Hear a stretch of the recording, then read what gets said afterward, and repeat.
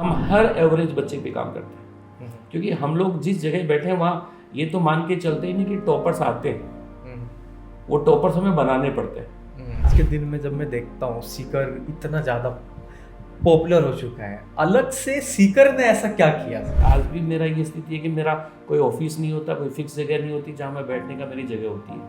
आज भी वही है कि मैं कहीं कहीं घूमता रहता हूँ, बच्चों में रहता हूँ, और आज भी मैं खुद टीचिंग कराता हूँ। और आज भी मैं बड़े प्राउड से ये सबको ही कहता हूँ कि मैं डायरेक्टर बाद में हूँ, मैं पहले टीचर। कौन सा ऐसा ईयर था जो आपको लगता है कि ये माइलस्टोन मैंने अचीव कर लिया, गुरु कृपा से सबके जुबान पे छा गया? जेई IIT जेई का एग्ज़ाम तो उस ज़माने में सोच ही नहीं पाते थे बच्चे, छोटी जगह के बच्चे सोचने बहुत आगे की बात होती थी। उस ज़माने में एक RPT हमारे स्टेट की इंजीनियरिंग एग्ज़ाम होता था, RPT बोलते थे। तो मैं 93 में सीकर में उसकी प्रिपरेशन करने के लिए आया था। उस ज़माने में क्या सीकर में कोचिंग इंस्टीट्यूट नहीं होते थे, इंडिविजुअल ट्यूशन का कॉन्सेप्ट होता था। हेलो एवरीबॉडी, कैसे हो मेरे प्यारे भाइयों? तो आज का पॉडकास्ट काफ़ी खास होने वाला है। आज हमारे साथ बहुत ही खास मेहमान जुड़ रहे हैं और आज का जो पॉडकास्ट है वो हम कोटा से नहीं, सीकर से कर रहे हैं। सीकर जो कि मिनी इंडिया आप कह सकते हैं कि अलग से ही एक उभर के आ रहा है शहर, जहाँ पे शिक्षा एजुकेशन के लिए, खास करके जेई और नीट के लिए काफ़ी सारे बच्चे आ रहे पूरे देश भर से। तो आज हमारे साथ जो मेहमान हैं प्रदीप उदानिया सर, जो कि गुरु कृपा करियर इंस्टीट्यूट के डायरेक्टर हैं। तो आइए मिलते हैं sir. Welcome to my channel. कैसे हैं आप? बस बढ़िया। काफ़ी टाइम से सर मैं सोच रहा था कि आपके साथ एक इंटरव्यू पॉडकास्ट हो पाता, आज मौका मिल रहा है। आपने टाइम दिया हमें पॉडकास्ट करने के लिए, इसके लिए बहुत बहुत शुक्रिया आपका। सर, जो कि गुरु कृपा जो है आज के दिन में, जैसे कि मैं बच्चों से भी मिला और 720 में से 720 आज जो गुरु कृपा है आज इस पोजीशन में है कि भाई बच्चे जो है वो इतने अच्छे परफॉर्म कर रहे हैं। लेकिन मैं वहाँ से जर्नी पूरी जानना चाहूँगा गुरु कृपा का, जहाँ से आपने शुरुआत करा है, किस तरीके से आपने मेहनत करके और इस लेवल पे आज आप लेके आए हैं कि बच्चे इतने अच्छा स्कोर कर पा रहे हैं। लोग कहते थे कि गुरु कृपा एक बार जरूर जाना, अगर सीकर जाना तो फाइनली आज गुरु कृपा आना हुआ। एंड थैंक्स अलॉट कि आपने हमें अलाउ किया अपने कैंपस में विजिट करने के लिए। तो मैं सर स्टार्ट करना चाहूँगा स्टार्टिंग से, आपके पर्सनल लाइफ के बारे में भी जानना चाहूँगा कि सर कहाँ से बिलोंग करते हैं आप? क्या लोकल आप सीकर से ही हैं? वैसे तो मैं बेसिकली तो सीकर के पास में एक झुंझुनू डिस्ट्रिक्ट होता है, तो यहाँ से लगभग 50 किलोमीटर अवे है, तो वहाँ से मैं बिलोंग करता हूँ। वैसे मेरी ऑलमोस्ट एजुकेशन है वो सीकर में हुई है। 12th पास करने के बाद में मैं सीकर में आया था, और ग्रेजुएशन मेरा सीकर में हुआ, पोस्ट ग्रेजुएशन मेरा सीकर में हुआ, फिर मेरी टीचिंग स्टार्ट सीकर में हुई, इवन मेरी शादी भी सीकर में हुई। तो ये डिस्ट्रिक्ट मेरा वैसे झुंझुनू है, लेकिन ऑलमोस्ट सब चीज़ें सीकर में हुई। ठीक है। तो अभी तो मैं लोकल हो गया एक तरह का। तो 94 में मैं सबसे पहले सीकर में आया था। 1994 में? हाँ, 1994। तो सर उस समय क्या था कि कोचिंग नहीं, उस समय कोचिंग नहीं होती थी। सीकर एजुकेशन में बहुत पिछड़ा हुआ था। इससे काफ़ी आगे हमारे नियर अबाउट, जैसे मेरा होम डिस्ट्रिक्ट झुंझुनू है, वो काफ़ी आगे था, और सीकर में एजुकेशन का कुछ भी नहीं था। तो मैंने 94 में यहाँ एक गवर्नमेंट कॉलेज है, उससे मैंने ग्रेजुएशन किया। सबसे पहले सीकर में 96 में कोचिंग एस्टेब्लिश हुई थी, सबसे पहले 96 से स्टार्ट हुआ थोड़ा थोड़ा। और ये गुरु कृपा जैसे 2007 में हम लोगों ने स्टार्ट किया। 21 मार्च हमारा फाउंडेशन डे आता है, 2007 को स्टार्ट किया था। तो ये सीकर में एक पहले से कोचिंग पहले से भी चल रहा था, दूसरा कोचिंग इंस्टीट्यूट था जहाँ स्टार्ट हुआ था, हम लोगों ने स्टार्ट किया। सर मतलब कि आज के दिन में जब मैं देखता हूँ सीकर इतना ज़्यादा पॉपुलर हो चुका है, अलग से सीकर ने ऐसा क्या किया? सीकर में ये है कि सीकर में मोस्टली जो काम करने वाले लोग हैं वो भी क्या ग्रामीण परिवेश से आने वाले लोग हैं, और बच्चा भी कहीं न कहीं एक ग्रामीण परिवेश से आने वाला बच्चा ही सीकर में ज़्यादा होता है। और गांव के लोगों में कुछ कुछ जीन थोड़ा सा एक्स्ट्रा भी होता है, और वो मेहनत वाला होता है। तो यहाँ जितने भी लोग काम कर रहे हैं उनमें भी कहीं न कहीं एक एक्स्ट्रा मेहनत वाला जीन है, और बच्चों में भी है। तो वो एक कॉम्बिनेशन एक प्रॉपर बन जाता है बच्चों का और हम लोगों का। तो निश्चित तौर पे प्यारा सा मेहनत बच्चे कर लेते हैं और वो बहुत प्यारा सा रिजल्ट बना लेते हैं। ये हम लोगों के पास जो बच्चा आता है वो ऐसा सा बैकग्राउंड का बच्चा होता है जो वाकई में कहीं न कहीं बड़ा अभाव का उसका रहा हुआ होता है। बैकग्राउंड काफ़ी एवरेज फैमिली में नहीं कहूँगा, बिलो एवरेज फैमिली। 90% बच्चा हमारे पास जो आता है वो बिलो एवरेज फैमिली से आता है। तो उन लोगों को सबको पता होता है, उन बच्चों को भी पता होता है, उन पेरेंट्स को भी पता होता है कि हमारे परिवार में कोई बड़ा रिवोल्यूशन आएगा वो सिर्फ और सिर्फ पढ़ाई के बलबूते आएगा। हम लोग बिजनेस नहीं कर सकते, हम बड़ी जगह वैसे नहीं जा सकते, हम केवल और केवल इसी रास्ते के थ्रू आगे बढ़ सकते हैं। तो उनको एक अल्टीमेट एक डायरेक्शन पता है कि यार आपको इस डायरेक्शन में जाना है। तो जब आदमी यूनिडायरेक्शनल काम करता है तो नो डाउट अच्छा परफॉर्म कर ही देता है, अच्छा कर ही लेता है। तो ये हम लोगों ने देखा है कि बहुत सामान्य से परिवारों के बच्चे जिनके पेरेंट्स भी इलिटरेट भी थे, लेकिन उनके विजन थे कि यार हम लोग तो अनपढ़ रह गए, लेकिन हमारा औलाद है वो कहीं कहीं पढ़ के कुछ करे। तो उन्होंने कहीं वो एक इंस्पिरेशन बच्चों में भी था और वो बच्चों ने बहुत अच्छा किया। प्लस यहाँ गांव के परिवेश में एक बहुत अच्छी चीज़ ये भी होती है कि गांव का आदमी है वो ज़्यादा नहीं जानता, लेकिन गांव का आदमी क्या एक नकलची बहुत होता है। नकलची का मतलब कहीं कोई बच्चा सेलेक्ट हो गया तो उस गांव के बाकी बच्चे उसको पीछे नकल करना चालू कर देते हैं। यार ये सेलेक्ट हो गया, इसने ऐसा क्या किया, वो चीज़ हमें भी करनी है। तो उसको कहीं कहीं वो एक आइडियल मानकर उस पर काम करना चालू कर देते हैं। तो वो एक बहुत बड़ा सक्सेस के पीछे लॉजिक बच्चों का होता है। तो हम जिस बेल्ट में काम कर रहे हैं वो बेल्ट में कुछ एक एक्स्ट्रा चीज़ें जरूर हैं। तो सर उतने साल पहले आप यहाँ पे आए थे, मतलब 90s में आप एक तरह से सीकर उस समय आए थे। तो उसके बाद सर कैसी जर्नी स्टार्ट हुई गुरु कृपा की? क्या पहले नाम गुरु कृपा ही था या मतलब कि बाद में चेंज हुआ या क्या नहीं सोच नहीं, के? गुरु कृपा से स्टार्ट किया हम Okay. लोगों ने। बस ये था कि मेरा जैसे मैंने कहा 94 में मैं आया था, तो 94 में ग्रेजुएशन मैंने 97 में मेरा ग्रेजुएशन कंप्लीट हुआ। फिर मैं यहीं से गवर्नमेंट कॉलेज से ही मैंने पोस्ट ग्रेजुएशन किया, केमिस्ट्री से मैंने पोस्ट ग्रेजुएशन किया। ड्यूरिंग पोस्ट ग्रेजुएशन मेरे को थोड़ा सा पढ़ाने का एक चार्म था। अब उसके पीछे भी मैं थोड़ा सा और पीछे आपको लेके जाऊंगा, बताना चाहूँगा कि मेरा खुद का तो जैसे गांव के बच्चे होते हैं उनका खुद का कोई ज़्यादा विजन नहीं होता कि मेरे को क्या बनना है, लेकिन मेरे फादर का एक ऐसा विजन था कि यार इसको मैं इंजीनियर बनाऊँ। तो मैं उससे पहले उस ज़माने में जैसे जेई IIT जेई का एग्ज़ाम तो उस ज़माने में सोच ही नहीं पाते थे बच्चे, छोटी जगह के बच्चे सोचने बहुत आगे की बात होती थी। उस ज़माने में एक RPT हमारे स्टेट की इंजीनियरिंग एग्ज़ाम होता था, RPT बोलते थे। तो मैं 93 में सीकर में उसकी प्रिपरेशन करने के लिए आया था। उस ज़माने में क्या सीकर में कोचिंग इंस्टीट्यूट नहीं होते थे, इंडिविजुअल ट्यूशन का कॉन्सेप्ट होता था। इंडिविजुअल ट्यूशन चलते हैं जिनमें इनके टीचर पढ़ाते थे। तो मैं 93 में सीकर में वो RPT तैयारी करने के लिए आया। अब यहाँ मेरा थोड़ा सा दुर्भाग्य ये रहा कि यार मैं 1 या 2 महीने यहाँ रहा और मेरा सब स्मूथ चल रहा था, फिर मैं एकदम से बीमार हो गया। वो लंबे टाइम तक 6-7-8 महीने तक मैं लगातार बीमार चला। तो मेरे को घर रिटर्न भी होना पड़ा और घर रहना पड़ा, वो मेरी प्रिपरेशन भी प्रॉपर नहीं हो पाई। उस साल फिर मैं सेलेक्ट भी नहीं हुआ। तो फिर मेरे दिमाग में एक बात ये रहा कि यार मेरे फादर हैं वो इंजीनियर बनाना चाहते थे, मैं भी बनना चाह रहा था, लेकिन वो जो मेरे साथ इंसिडेंट हुआ, मैं बीमार हुआ, लंबे टाइम तक रहा, तो मेरे को लगा कि यार तेरे ये नसीब में है नहीं, ये डायरेक्शन नहीं। उसी समय फिर मेरे दिमाग में सेट हो गया था कि यार मैं इसमें नहीं जा पाया, लेकिन मेरे को टीचिंग में जाना है और टीचिंग में बहुत अच्छा करना है। तो मैं ड्यूरिंग ग्रेजुएशन भी मेरे दिमाग में ये था कि यार मेरे को टीचर बनना है। और जब मैं ग्रेजुएशन किया, मैंने ग्रेजुएशन के बाद में जब मैं पोस्ट ग्रेजुएशन करने लगा तो मेरी छोटी सिस्टर होती थी, तो वो 11th क्लास में पढ़ती थी, तो मैं उसको पढ़ाता था और बहुत अच्छे से उसको नोट्स वगैरह प्रिपेयर कराता था। तो वो जाके अपनी क्लासमेट्स को दिखाती थी कि देख मेरे पास ये नोट्स हैं, मेरे ब्रदर हैं वो मेरे को पढ़ाते हैं इस तरह से। तो उन नोट्स को देखे उनके साथ वालों में कहेंगे बड़ा एक चार्म सा आया कि यार ऐसे कितना अच्छा टीचर है, कितना अच्छा सा पढ़ा रहा है, ऐसा सा कहेंगे। फिर वो उन्होंने मेरे से अप्रोच की सिस्टर के थ्रू की सर आपके ब्रदर है वो हमें भी पढ़ा देंगे क्या।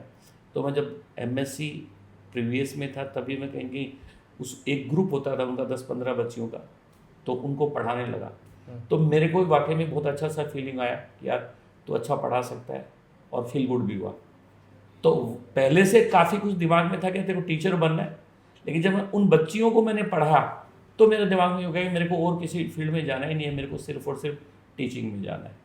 तो मैंने जो स्टार्ट किया वो फिर मेरा 98 में मेरा छोटा ब्रदर था, वो भी सेलेक्ट हुआ था। उस ज़माने में RPMT होती थी, डॉक्टर है वो, राजस्थान पीएम। तो हाँ, तो उसको भी मैंने पूरी साल पढ़ाया। उसको मैंने PMT की तैयारी कराई, RPMT की, तो उसको पूरी साल पढ़ाया। तो वो और अच्छा सा चार्म पैदा हो गया कि यार मैं पढ़ा सकता हूँ। तो पहले 1-2 साल मैंने स्कूलिंग का पढ़ाया, फिर मैं उसको पढ़ाने गया तो मेरे को लगा तो कंपटीशन का भी पढ़ाने जा सकता है।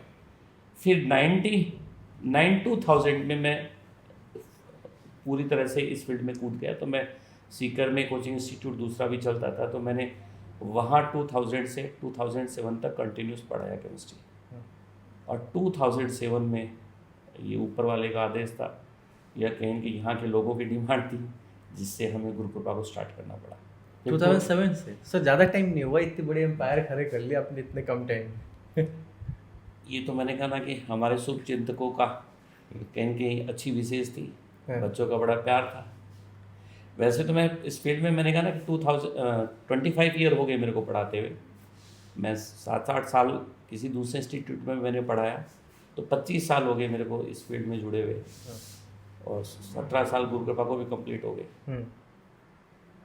लेकिन अच्छा, हम लोगों ने भी कहीं कि इतना नहीं सोचा था जितना अच्छा लोगों का प्यार मिला, बच्चों का प्यार मिला, अच्छा सपोर्ट मिला हमें निश्चित तौर पर। तो ऐसे आप सर मतलब कि आप फाइनेंशली कैसे बैकग्राउंड से आते हैं, मतलब कि लाइक वहाँ भी फैमिली का भी जानना चाहूँगा कि क्या रही स्ट्रगलिंग लाइफ, मतलब नहीं, बचपन से? स्ट्रगलिंग लाइफ, मेरा सब कुछ किया हुआ है लाइफ में।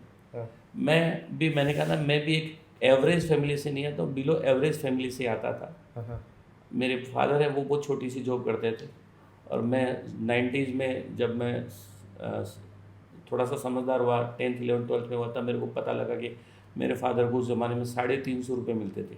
92 93 जॉब करते थे, अच्छा, लेकिन उनकी सैलरी इतनी सी होती थी। ओके, हालांकि वो है कि उन्होंने कभी हमें ये फील नहीं कराया कि आप कुछ अभाव है आपके। उनकी सोच थोड़ी सी बड़ी थी, लेकिन पता लगा कि मेरे फादर को इतना सा सैलरी मिलता है, और उन्होंने कहीं न कहीं हम लोगों को फैसिलिटी देने की पूरी कोशिश की। तो उसके चक्कर में वो खेती भी करते थे, कुछ एक्स्ट्रा काम भी करते थे, कुछ छोटे मोटे बिजनेस भी करते थे गांव में, जैसे अनाज वनाज के कुछ छोटे मोटे बिजनेस भी होते हैं। इवन जैसे आप जानते होंगे कि एक ईंट भट्टे, मतलब ईंट घर बनाने के लिए ईंट वगैरह जो होती है, उनकी ईंट भट्टे भी मेरे फादर चलाते थे। कई सारी चीज़ें करते थे, और ये उनको देखकर हम लोगों ने बचपन में काम भी बहुत किया है। मतलब खेती का काम भी मेरे को सब कुछ आता है, ये छोटे मोटे जो चीज़ें हैं वो सब मेरे को आती हैं, क्योंकि वो सब चीज़ें फादर करते थे, तो हमें भी लगता था कि यार उनका सहयोग करना चाहिए। तो निश्चित तौर पे एक एवरेज से थोड़ा सा नीचे मैं बोलूँगा, वहाँ ऐसे बैकग्राउंड से मैं निकला हुआ हूँ। तो सर आपने इतने साल एक इंस्टीट्यूट में पढ़ाया, उसके बाद रीजन क्या रही अपनी इंस्टीट्यूट स्टार्ट करने की?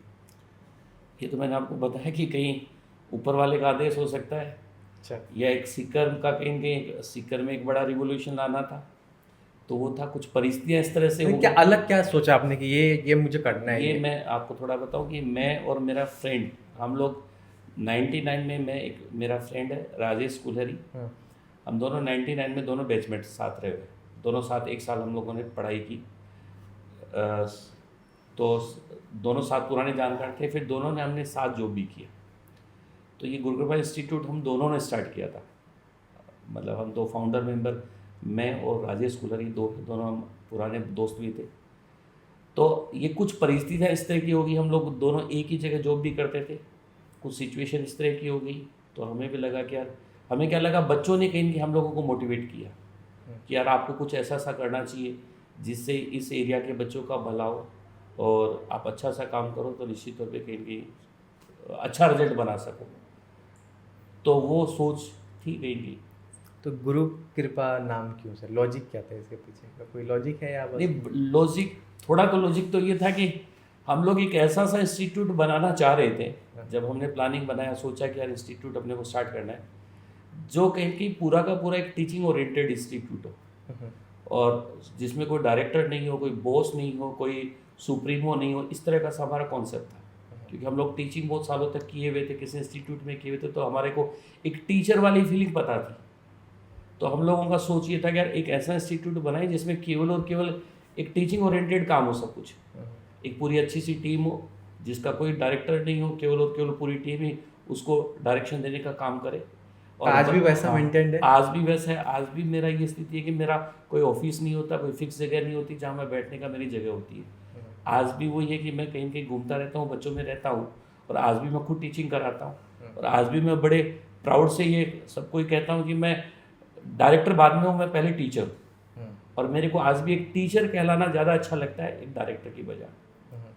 तो हमारा वही सोचता है कि यार एक ऐसा सा इंस्टीट्यूट बनाया जाए जिसमें कि इनकी एक टीचर, मतलब वो पुराने ज़माने में जो गुरु शिष्य के आश्रम होते थे राजा महाराजों के टाइम पे, एक विजन मेरा ऐसा था। आज भी मैं कई बार बच्चों को कहता हूँ कि यार एक ऐसा सा एक गुरुकुल स्टाइल के जो इंस्टीट्यूट होते थे पुराने ज़माने में, तो वैसा सा मैं कभी बनाऊंगा जरूर। ओके। आज भी मेरा एक ड्रीम प्रोजेक्ट है कि जिसमें वही बच्चा थोड़ा सा वो वही रहे, टीचर भी वही रहे, सारे दिन बच्चे के साथ कहीं कहीं रहे और सब एक फैसिलिटीज़ बच्चे को मिले। वो आज भी मेरा एक ड्रीम प्रोजेक्ट है। तो हमने ऐसा सा सोचता कि यार ऐसा सा बनाए जहाँ एक बच्चे और टीचर ओरिएंटेड इंस्टीट्यूट हो। तो हम ऐसा सा नाम सर्च कर रहे थे। फिर हमें कई हमारे एक संत हैं कोई सर्वनाथ जी, अभी तो उन्होंने स्वर्गवास हो गया, उनका समाधि ले ली उन्होंने। तो उनके उनके हम काफ़ी आते जाते थे। तो हम सोच तो ऐसा सा नाम रहे थे। फिर उनके एक आश्रम का नाम कोई गुरु कृपा होता था। तो वहाँ से फिर हमें लगा ये सबसे हम जो सोच रहे हैं उस विजन में कि ये नाम एकदम परफेक्ट सेट होगा। तो फिर उस सोच को उस नाम से हमने मिलान करके नाम दिया था सबसे पहले। जैसे कि मैं सीकर आ रहा था तो मैंने देखा कि एक गुरु कृपा का एक कैंपस था। मतलब कि मैं जानना चाहूँगा कि गुरु कृपा के आज कितने कैंपसेस हैं और किस किस फील्ड में आज गुरु कृपा एजुकेशन प्रोवाइड करा रहे हैं बच्चों को। जैसे हमने जब सबसे पहले स्टार्ट किया था तब तो एक छोटी सी बिल्डिंग से हम लोगों ने स्टार्ट किया था। एक रेंट की बिल्डिंग ली थी जिसमें पहले कोई हॉस्टल चलता था। ओके। और हॉस्टल को हमने कोचिंग में शिफ्ट किया था। छोटे छोटे कुछ क्लासरूम हमने बना के, जिसमें 350-400 बच्चों की कैपेसिटी थी। और इतने से ही गुरु कृपा स्टार्ट हुई थी, रेंटेड बिल्डिंग से। आज भी वो बिल्डिंग हमारे पास रेंटेड बिल्डिंग है, लेकिन वो आज भी हमारे पास ही है। तो याद के तौर पर? हाँ, याद के तौर पे है। वो हमारे एक साथी हैं जो इतने सालों तक उनको भी उन्होंने इतने सालों तक कभी हमें ये नहीं कहा कि इस बिल्डिंग को हमें वापस दो। ओके। तो आज भी हमें बड़ा प्राउड फील होता है कि यार इस बिल्डिंग से हम लोगों ने स्टार्ट किया था। उसके बाद हम लोग लगातार आज जैसे सीकर में हम लोग हमारे 11 एकेडमिक ब्लॉक हैं जिसमें हम लोग गुरु कृपा रन कराते हैं। 2 साल पहले हमने इस गुरु कृपा को एक्सपांशन के तौर पे अलवर में स्टार्ट किया था। तो अलवर में भी चलता है गुरु कृपा। और लास्ट से हम लोगों ने जयपुर में स्टार्ट किया। तो जयपुर में भी हमारी 3 ब्रांच चलती है। गोपालपुरा, सुभाष नगर और प्रताप नगर 3 ब्रांच जयपुर में भी चलती है।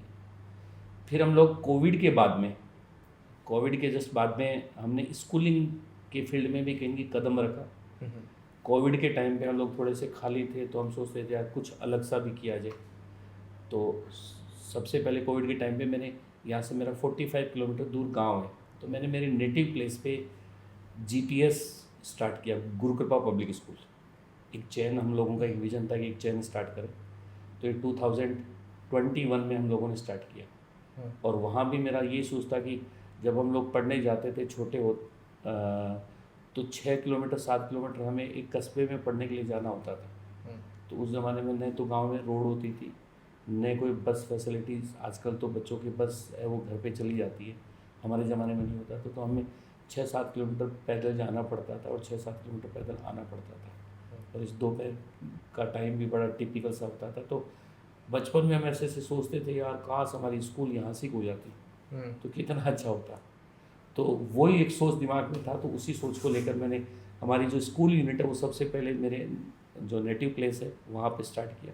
और अभी हम 3 CBSE स्कूल भी रन कराते हैं। ये सीकर से कनेक्टिंग जितने भी नेशनल हाईवे है उन तीनों पे इनकी, जैसे सालासर की तरफ जाते हैं वहाँ हमारा GPS चलता है।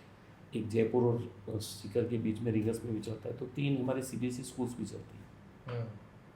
और आगे भी हमारा ये है कि हम स्कूल यूनिट में भी काम करना चाह रहे हैं। लेकिन ये हमारा थॉट है कि यार स्कूल यूनिट जो भी हम एस्टेब्लिश करेंगे वो सब गांव में करेंगे जहां आसानी से बच्चों को फैसिलिटीज़ नहीं मिलती।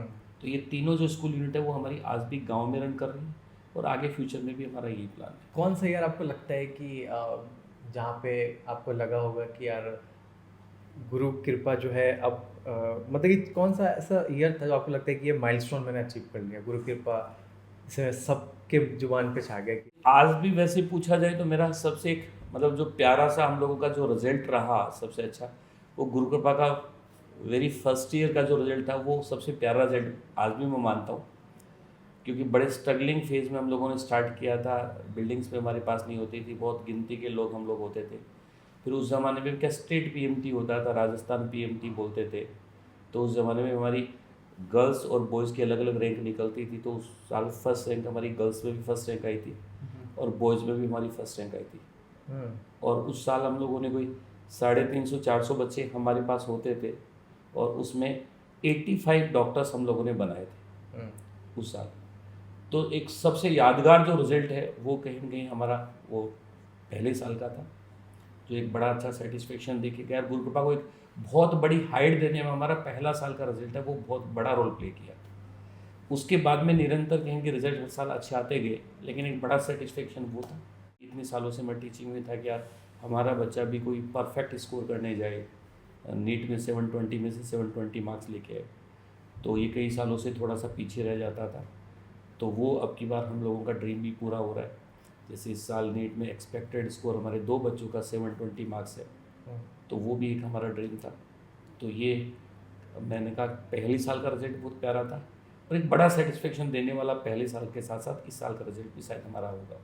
और जैसे कि मुझे पता चला था कि आप मतलब 10 घंटे से ज़्यादा देर आप पढ़ाया करते थे हर रोज़। नहीं, पढ़ाता भी हूँ, अभी भी पढ़ाता हूँ। अभी भी पढ़ाते हैं? पढ़ाता हूँ। ठीक है।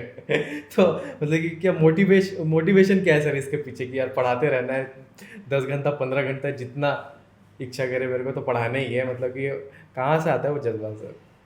नहीं, उसमें एक सबसे बड़ा लॉजिक मेरा ये था, ये कॉन्सेप्ट था कि मेरा हमेशा जब से गुरु कृपा खुला है तो हमारी जैसे मॉर्निंग क्लासेज है वो सुबह 6:30 बजे स्टार्ट होती है। पहली शिफ्ट है वो मॉर्निंग में 6:30 स्टार्ट होती है, वो रात को 8:30 बजे तक क्लासेज चलती है। तो मेरा एक थॉट था कि यार जब भी अपन इंस्टीट्यूट जब स्टार्ट हो तो सबसे पहली क्लास है वो मैं स्टार्ट करूँ या सबसे पहले इंस्टीट्यूट में मैं जाऊँ, और जब सब लोग चले जाएं उसके बाद में मैं सबसे लास्ट में मैं जाऊँ। तो मेरा एक हमेशा जब स्टार्ट किया था तब का एक थॉट था। तो मेरे को लगा यार सुबह से शाम तक वैसे ऑफिस में बैठे रहना तो इम्पॉसिबल सा काम है। तो सबसे बढ़िया काम ये रहेगा ना कि तू सुबह से लेकर शाम तक अपने आप को क्लासेज में बिजी कर ले, ताकि तेरी जो एक इच्छा है वो भी पूरी हो जाएगी और साथ में क्लासेज भी हो जाएगी। राइट। तो ये मेरा एक शेड्यूल इस तरह का सा बन गया कि तेरे को इंस्टीट्यूट में सबसे पहले आना है। इसका मतलब मैंने सुबह 6:30 की क्लास मेरी लगा ली, तो सुबह 6:30 से क्लासेस लगाई और रात को 8:30 बजे तक इंस्टीट्यूट में रह रहा है, तो लास्ट क्लास में छोड़ने का एक आदत रहा है। तो ये 17 सालों में एक शेड्यूल मेरा इसी तरह का सा चल रहा है। हालांकि अब थोड़ा सा ये होता है कि एक सेटिस्फेक्शन पढ़ाने में थोड़ा सा इस चक्कर में कम आता है। पहले तो हम लोग गिनती के लोग होते थे, या बहुत सालों तक तो मैंने मेरे इंस्टीट्यूट में खुद केमिस्ट्री मैंने खुद ही पढ़ाई है, तो मैं सभी जितने बच्चे होते थे सबको पढ़ा देता था। अब बहुत सारे बच्चे हो गए तो मैं थोड़ा सा पढ़ाने में ये एक डर और लगता है कि यार कुछ बच्चे ये कहेंगे कि सर हमें तो पढ़ा रहे हैं और हमें नहीं पढ़ा रहे, तो वो एक ऐसा सा भी नहीं करना चाह रहा हूँ। मैं आपको एक खास बात बताऊँ, गुरु कृपा में बाकी जितने भी कोचिंग इंस्टीट्यूट हैं उनसे एक अलग चीज़ ये भी है, हम लोग केवल और केवल ऐसा नहीं कि टॉपर्स पे काम करते हैं, हम हर एवरेज बच्चे पे काम करते हैं। क्योंकि हम लोग जिस जगह बैठे हैं वहाँ ये तो मान के चलते ही नहीं कि टॉपर्स आते हैं, वो टॉपर्स हमें बनाने पड़ते हैं। हमारे इंस्टीट्यूट में ऐसा कोई रीसर्चिंग का कॉन्सेप्ट नहीं होता, हम लोग हर बच्चे पे कहीं के ध्यान देते हैं। तो आज भी जैसे मेरे को सजेस्ट करने वाले कई लोग होते हैं कि सर आपको टॉपर्स का बैच पढ़ा लेना चाहिए, ये कर लेना चाहिए या पढ़ाना छोड़ देना चाहिए, तो वो मेरा कॉन्सेप्ट नहीं होता। मेरे को जो बैच मिल जाता है, जो सोच लेता हूँ इसमें पढ़ा लेता हूँ, उसमें पढ़ा लेता हूँ। और ये इतना प्यारा रिजल्ट बनने के पीछे, जैसे टॉपर्स बनाना बहुत आसान सा काम होता है, आप कुछ गिनती के बच्चे सेलेक्ट कर लो और उन पर लगातार एक टीम को लगा दो, बन जाते हैं। लेकिन एक एवरेज बच्चे से बहुत प्यारा सा रिजल्ट बनाना बहुत कठिन सा टास्क होता है। और हमारा एक कॉन्सेप्ट रहा है कि यार जिस बैकग्राउंड के बच्चे हमारे पास आए हैं, ज़्यादा से ज़्यादा बच्चों को हम सेलेक्ट करा के भेजेंगे तो नो डाउट अनगिनत परिवारों में खुशी आएगी। तो इसी थॉट को लेकर हम लोग काम करते हैं। इसलिए परसेंट रेशियो के हिसाब से देखोगे तो गुरु कृपा का सबसे प्यारा सा रिजल्ट होता है। मैं तो ये कहूँगा कि पूरे भारत में एक नॉन कंपेरेबल रिजल्ट होता है मेडिकल का गुरु कृपा का, किसी इंस्टीट्यूट के साथ कंपेयर नहीं कर सकते हम लोग। न हमारी कोई डीएलपी चलाते हैं, न हम कोई टेस्ट सीरीज चलाते हैं। हमारे जितने भी रिजल्ट होते हैं वो सिर्फ और सिर्फ हमारे क्लासरूम के रिजल्ट होते हैं। और आज आपको बताऊँ कि इंडिया में जितने भी मेडिकल कॉलेजेस हैं उनमें 9% इनटेक केवल गुरु कृपा से। लास्ट ईयर का ऐसा सीन था कि हमारे 1832 बच्चे गवर्नमेंट मेडिकल कॉलेज में सेलेक्ट हुए थे, और वो जितने भी हर मेडिकल कॉलेज का रेशियो वगैरह हम निकालें तो 9% to 10% इनटेक है वो गुरु कृपा का है। तो मैं तो इसको एक बहुत बड़ा मानता हूँ, क्योंकि हम लोग तो एक छोटे से एरिया में काम करते हैं, छोटी सी जगह काम करते हैं, और वहाँ से कहीं न कहीं हर जगह हम बच्चे भेज रहे हैं। जितने भी एम्स जितने भी हैं उन एम्स में 10 से 11% कहीं के इनटेक गुरु कृपा के बच्चों का है। तो उसके पीछे बड़ा लॉजिक है कि हम लोग एवरेज बच्चे पे ध्यान ज़्यादा अच्छा रहा। जब आप बच्चों को देखते हो क्लास में, जो भी बच्चे अभी सीकर आते हैं, तो आपको क्या उनमें दिखता है? क्या आपको उम्मीदें उनसे हैं, या कितना जज्बा आपको दिखता है उनमें, जो बच्चे सीकर आ रहे हैं प्रिपरेशन के लिए? नहीं, मेरा तो सोच यही होता है, मैंने कहा ना कि हम लोग हर बच्चे पे काम करते हैं। वो हर टीचर हर बच्चे पे तभी काम कर पाता है जब उसको हर बच्चे में कहीं न कहीं एक जज्बा दिखता हो। तो मेरी सोच तो ये है कि जो मेरे पास बच्चा आता है, हर बच्चा कैपेबल है 720 नंबर लाने में, हर बच्चा कैपेबल है अपना सिलेक्शन करवाने में, और हम लोग इसी थॉट प्रोसेस से कहीं कहीं काम करते हैं, और उसी की देने की इतना प्यारा रिजल्ट बन जाता है। अब ये है कि रिजल्ट में नो डाउट इंस्टीट्यूट का रोल होता है, लेकिन इंस्टीट्यूट के साथ साथ बहुत सारी चीज़ें अन्य भी होती हैं जिनका भी रोल होता है। बच्चे का कहीं कहीं एक डेडिकेशन भी चाहिए, प्लस परिवार का भी एक प्रॉपर सपोर्ट चाहिए। तो ये मैं खास तौर पे बताना चाहूँगा कि हमारे बच्चों के सिलेक्शन में हम लोगों से भी ज़्यादा रोल है वो कहीं कि हमारे बच्चों के पेरेंट्स का भी होता है।